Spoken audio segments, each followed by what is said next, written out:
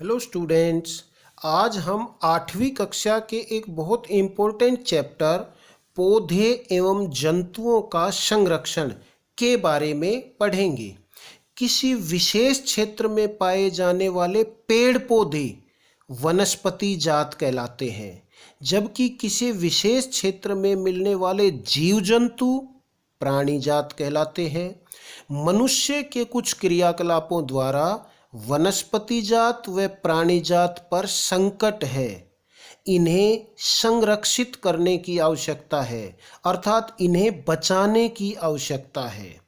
वनो उन्मूलन उनमें से एक क्रियाकलाप है जिनके कारण वनस्पति जात व प्राणी जात पर संकट है।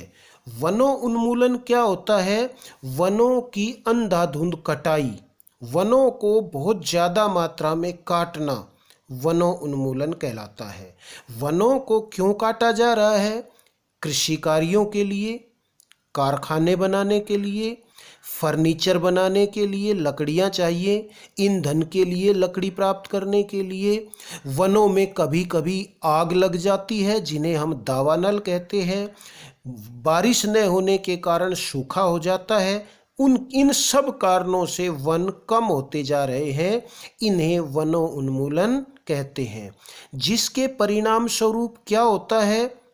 वायुमंडल में कार्बन डाइऑक्साइड की मात्रा बढ़ जाती है, जिससे पृथ्वी का तापमान बढ़ जाता है, जिसको हम ग्लोबल वार्मिंग कहते हैं। इस ग्लोबल वार्मिंग के कारण, पृथ्वी के तापमान बढ़ने के कारण पृथ्वी पर अनेक समस्याएं हो जाती हैं। वनों उन्मूलन के कारण पृथ्वी पर प्रदूषण बढ़ता है, क्योंकि पेड़ पौधे और वन प्रदूषकों को सोख लेते हैं। वनों उन्मूलन के कारण वर्षा कम हो रही है, भूमि की उर्वरता कम हो रही है, भूमि की जो उपजाऊ शक्ति है वो कम हो रही है, क्योंकि वन वाष्पोत्सर्जन करते हैं। उससे वाष्पोत्सर्जन से वर्षा होती है, और वनों उन्मूलन के कारण वर्षा नहीं हो रही, जिसके कारण सूखा पड़ता जा रहा है। कुछ जगहों पर मृदा अपरदन होता है, क्योंकि पेड़ पौधों की जड़ें मिट्टी के कणों को बांधे रखती हैं, और वनों उन्मूलन के कारण मिट्टी आसानी से बहकर चल देती है। इसे हम मिट्टी की जो ऊपरी उपजाऊ परत है वो बहकर चल देती है। इसे हम मृदा अपरदन कहते हैं। वनों उन्मूलन के कारण बहुत सारा जो पृथ्वी का भाग है वो मरुस्थल में बदलता जा रहा है। इसे मरुस्थलीकरण कहते हैं। वन व वन्य प्राणियों का संरक्षण, इसके लिए संरक्षित क्षेत्र बनाने चाहिए, जिन क्षेत्रों में वनों को तथा वनों में रहने वाले प्राणियों को बचाया जाए, ऐसे संरक्षित क्षेत्र बनाने की आवश्यकता है। जैसे वन्य जीव अभयारण्य, वन्य जंतुओं का आवास, अभयारण्य मीन आवास, जो पूर्ण रूप से वन्य जंतुओं के लिए सुरक्षित हो, इन्हें बनाए जाने की आवश्यकता है। कुछ वन्य जीव अभयारण्य के हम उदाहरण लेते हैं। राष्ट्रीय उद्यान वन्य जीवों को आरक्षित क्षेत्र में रखते हैं, जहां वे स्वतंत्र रूप से जिनका आवास होता है, और वे इन वनों में जो संसाधन उपस्थित हैं उनका ये जंतु उपयोग कर सकें। इनको राष्ट्रीय उद्यान कहते हैं। राष्ट्रीय उद्यान वन्य जंतुओं के आरक्षित क्षेत्र हैं, जहां वे स्वतंत्र रूप से आवास व संसाधनों का उपयोग करते हैं। जैसे सतपुड़ा राष्ट्रीय उद्यान जैव मंडल आरक्षित क्षेत्र, पौधों, जंतुओं तथा उस क्षेत्र के आदिवासियों के लिए पारंपरिक ढंग से जीवन यापन करने के लिए विशाल संरक्षित क्षेत्र होता है, जिसको जैव मंडल आरक्षित क्षेत्र कहते हैं। पौधों, जंतुओं तथा उस क्षेत्र के आदिवासियों के पारंपरिक ढंग से जीवन यापन करने हेतु विशाल संरक्षित क्षेत्र को जैव मंडल आरक्षित क्षेत्र कहते हैं। जैसे मध्य प्रदेश में पचमढ़ी जैव मंडल आरक्षित क्षेत्र है, उसमें सतपुड़ा नामक राष्ट्रीय उद्यान है तथा बोरी एवं पचमढ़ी नामक 2 वन्य जंतु अभयारण्य भी है। विशेष क्षेत्रीय प्रजाति पौधों व जंतुओं की वह स्पीशीज जो किसी विशेष क्षेत्र में विशिष्ट रूप से पाई जाती है।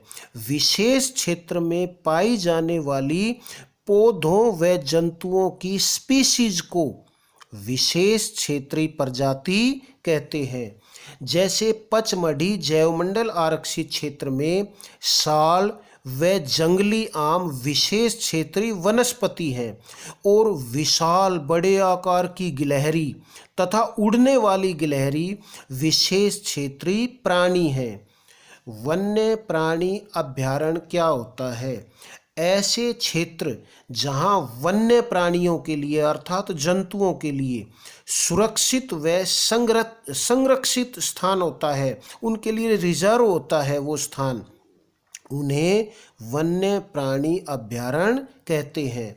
ऐसे क्षेत्र जहां वन्य प्राणी अर्थात जंतु सुरक्षित व संरक्षित रहते हैं, यहाँ जंतुओं का शिकार करना या मारना निषिद्ध होता है, मना होता है। वह जंतुओं का शिकार या मारना दंडनीय अपराध होता है। जैसे सतपुड़ा बाघ आरक्षित क्षेत्र, जहां पर प्रोजेक्ट टाइगर अथवा बाघ परियोजना लागू है। क्योंकि बाघों की संख्या देश में कम हो रही है, इन्हें बचाने के लिए प्रोजेक्ट टाइगर सतपुड़ा बाघ आरक्षित क्षेत्र में लगाया गया है। संकटापन्न स्पीशीज क्या होती है? वे जंतुओं की वे स्पीशीज जिन पर संकट आया हुआ है, जिनकी संख्या निर्धारित स्तर से कम होती जा रही है, जो बहुत कम संख्या में जंतु रह गए हैं, उन जंतुओं को संकटापन्न जंतु कहते हैं। जैसे शेर, हाथी, जंगली भैंसा, बारहसिंगा, ये सब संकटापन्न जंतु हैं। इनकी संख्या बहुत कम है। विलुप्त जंतु कौन से होते हैं? वे जंतु जो लुप्त हो चुके हैं, जो अब नहीं बचे, इनको विलुप्त जंतु कहते हैं। आपने डायनासोर का नाम सुना होगा। डायनासोर विलुप्त जंतु है। पारितंत्र किसे कहते हैं? किसी क्षेत्र के सभी पौधे, प्राणी, सूक्ष्म जीव अर्थात सभी जैव घटक व सभी अजैव घटक जैसे जलवायु, भूमि आदि, इन सब को मिलाकर पारितंत्र का निर्माण होता है।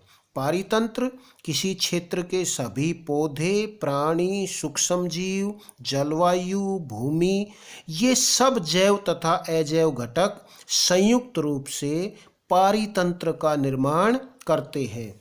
रेड डाटा पुस्तक क्या होती है? संकटापन्न स्पीशीज का रिकॉर्ड रखने वाली पुस्तक को। जिन स्पीशीज की संख्या बहुत कम रह गई है, इन स्पीशीज का रिकॉर्ड रखने वाली पुस्तक को रेड डाटा पुस्तक कहते हैं। पौधों, जंतुओं तथा अन्य स्पीशीज के लिए अलग अलग रेड डाटा पुस्तक होती है। प्रवास किसे कहते हैं? जलवायु परिवर्तन के कारण जंतुओं का सुदूर क्षेत्रों में जाना, दूर के क्षेत्रों में जाना प्रवास कहलाता है। कागज का पुनः चक्रण। प्यारे बच्चों, आप सभी जानते हैं कागज पेड़ों से बनाए जाते हैं और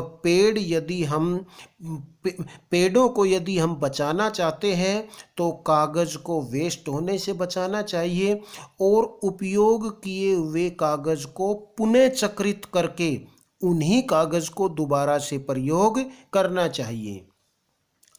पुनर्वन रोपण क्या होता है? वन समाप्ति के स्थान पर पुनः पेड़ लगाना। जहाँ पहले वन थे और उस जगह का सही उपयोग करने के लिए हमने दोबारा से वहाँ पर पेड़ पौधे लगाने चाहिए।